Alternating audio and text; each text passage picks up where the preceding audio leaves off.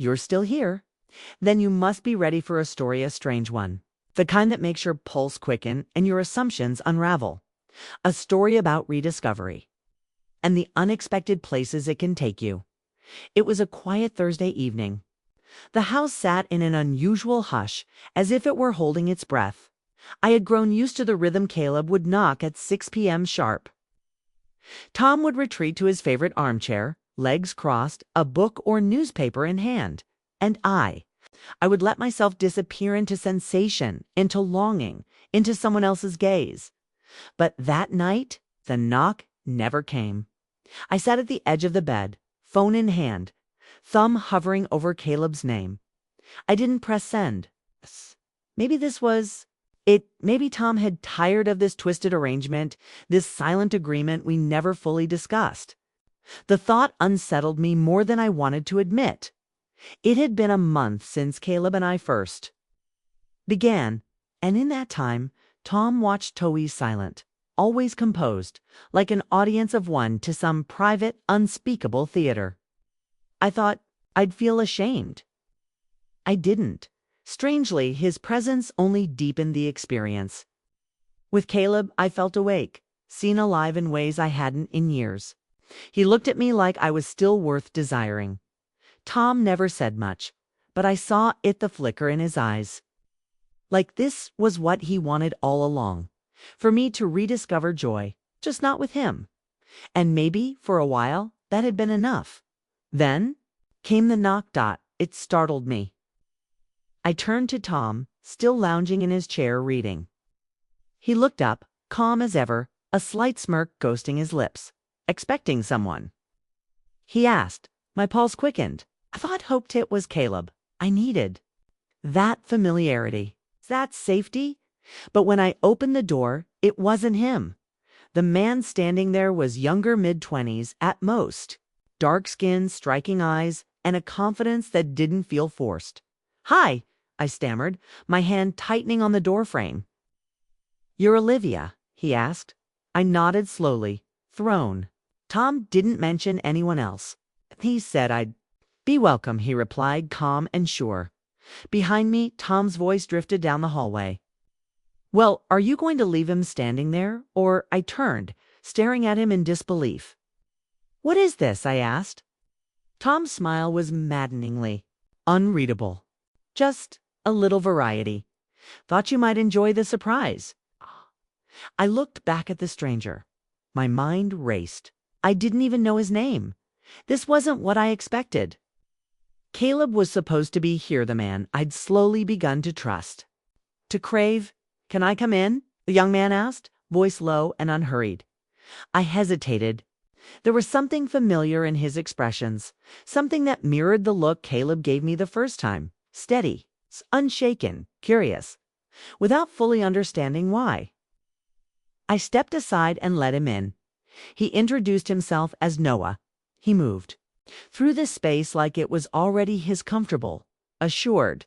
Okay. Tom followed, poured himself a drink, and settled nearby, like this was all part of some unspoken plan. So, how old are you? I asked, trying to ground myself in something. Rationale 24, Noah said, smiling. I blinked. My heart stuttered.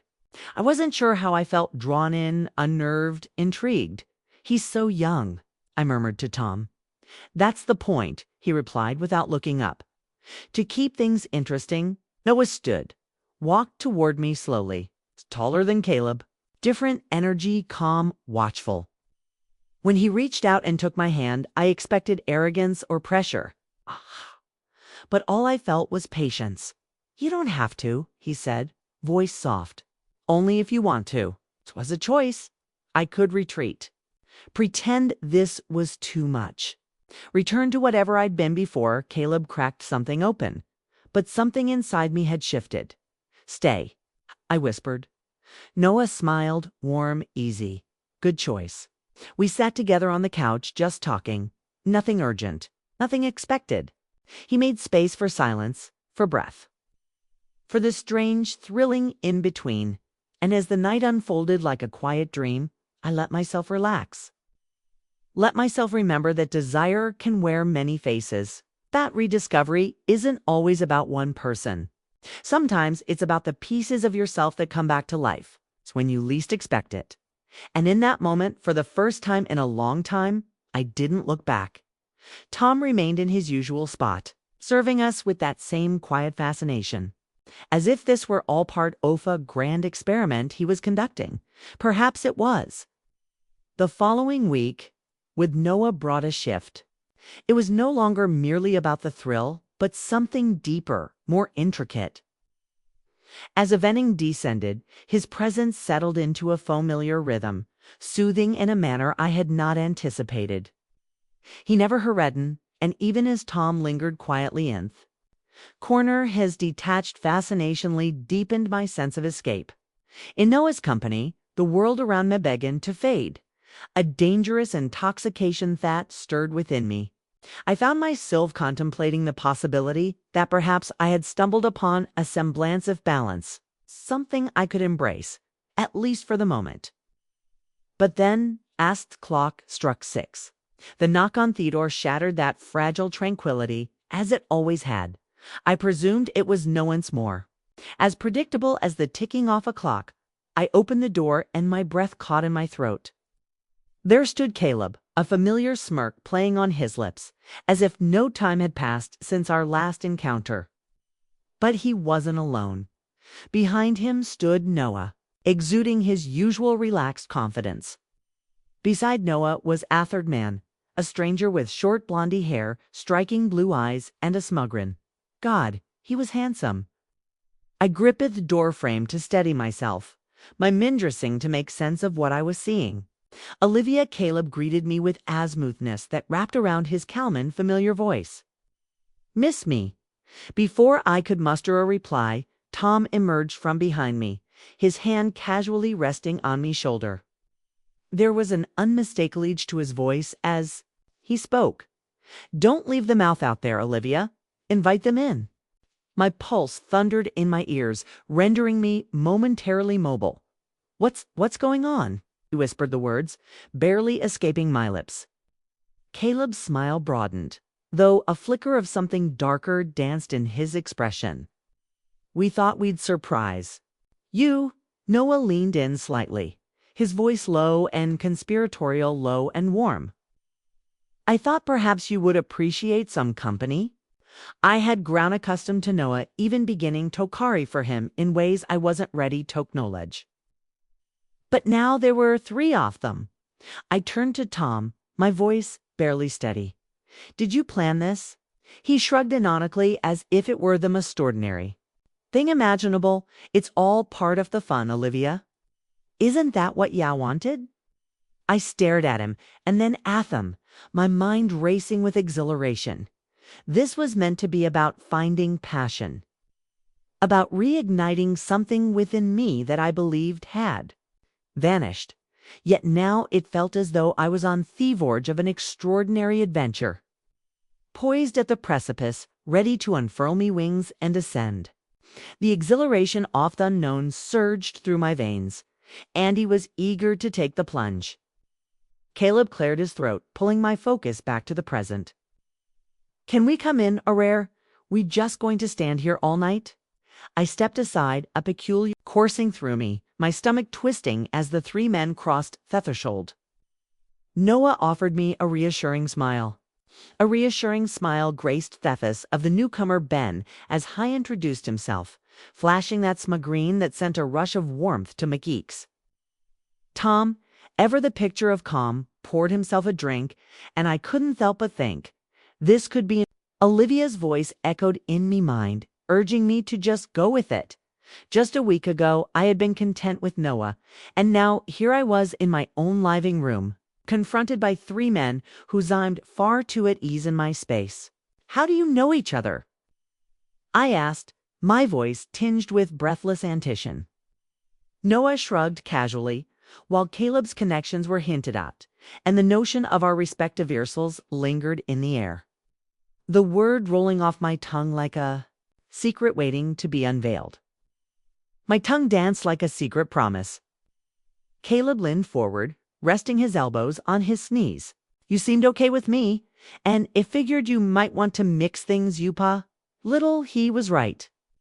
I had told myself I wanted excitement, something different.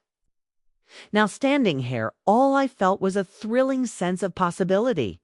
I was ready to explore, ready to indulge. This was going to be an evening to remember. Tom approached him, his expression softer now, almost understanding. Olivia, this is all a voodoo. You make the call. If you wish for them to depart, they shall. It's words, though. Gentle, ignited a fire within me. If I acquiesced, what sort of adventure would unfold? What implications would I hold for me and these three men? I stole a glance at Noah. His easy smile sent a thrill coursing through my veins. He seemed perfectly content with whatever choice I made, intensifying my desire for him.